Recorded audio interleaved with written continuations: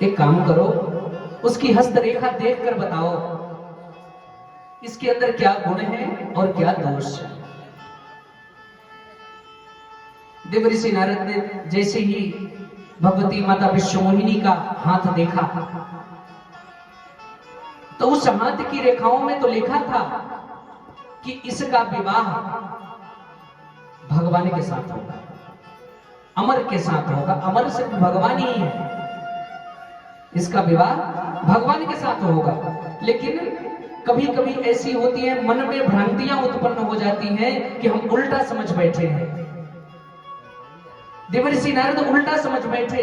देवर्षि नारद ने यह समझा कि जो इसके साथ विवाह करेगा वो अमर हो जाएगा। हस्तरेखा में तो लिखा था, बात सत्य थी, लेकिन बस सोचने का तरीका अलग था। कि हस्तरेखा में लिखा था इसका विवाह अमर के साथ होगा, भगवान के साथ होगा, लेकिन वो सोच बैठे कि जिससे ये विवाह करेंगे, जिससे इसका विवाह होगा वो अमर हो जाएगा, वो भगवान हो जाएगा, वो लोकप हो जाएगा। यही जो बरे अमर सोई होई। देवर्षि नारद ने सोचा कि अगर इससे मेरी शादी हो जाए, अपने ही चक्कर में परेशान हो गया बाबा कि अगर मेरी शादी हो जाए तो मैं भी देवता बन जाऊंगा, अब तक तो संत हूं, अमर हो जाऊंगा, कभी मरना नहीं पड़ेगा, मेरी भी पूजा होने लगेगी।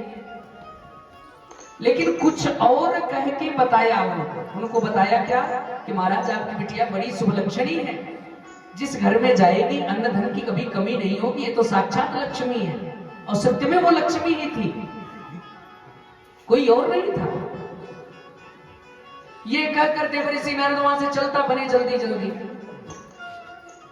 और मन में अब तो बैठ गई माता विश्वमोहिनी, अब न भजन हो, न पूजा हो, न पाठ हो, अब तो बस शादी हो जाए बस। मन लगता नहीं है भजन में, जब से बाला बसी मेरे मन में। भजन से मन मुक्त हो गया, भजन कीर्तन न हो गए, अब तो बस जैसी तैसी शादी हो जाए। अब सोचो, अच्छे अच्छे तो शादी के लिए घूम रहे हैं, हल्दी नहीं लग रही है।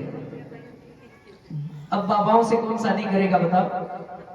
जिसकी बड़ी बड़ी दाढ़ी हो, बड़े बड़े जटा हो, शरीर पर कपड़े ना हो, हाथ में बीड़ा पुस्तक नारायण नारायण करने वाले से कौन शादी करेगा बताओ? अब तो ये डिजिटल युग है, लड़के भी स्मार्ट चाहिए। और बड़ी बात कि उस समय पर ब्यूटी पार्लर भी नहीं होते थे कि कहीं जाकर मेकअप वेकअप करवा लें, थोड़ी सी सेट हो जाए, ढंग से शादी के योग्य हो जाए। महाराज देवर्षि नारद परेशान कि शादी तो करूं, कैसे करूं?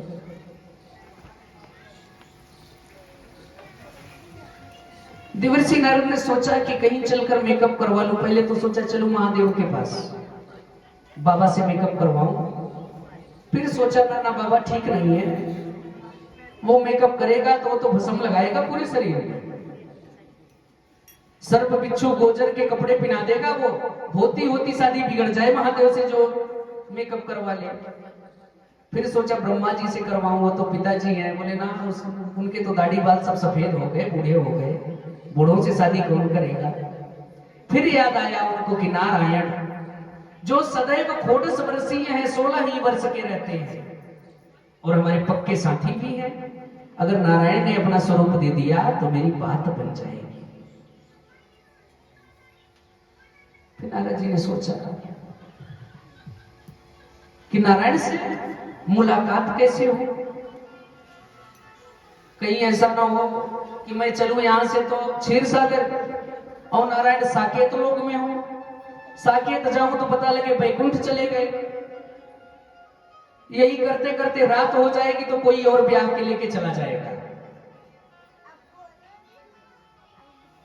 फिर उनको एक बात याद आई कि नारायण ने कभी नारद जी से कहा था कि ना हम बसामि बैकुंठे योगीनां हृदयेन च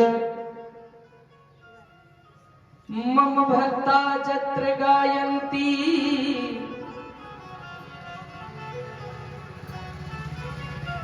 तत्र तिष्ठामि नारद। कहते ना मैं वैकुंठ में रहता हूं, ना ही किसी योगी के हृदय में रहता हूं। मेरे भक्त जहां ही मेरा प्रेम से स्मरण करते हैं, प्रेम से पुकारते हैं, वही मैं प्रकट हो जाता हूं।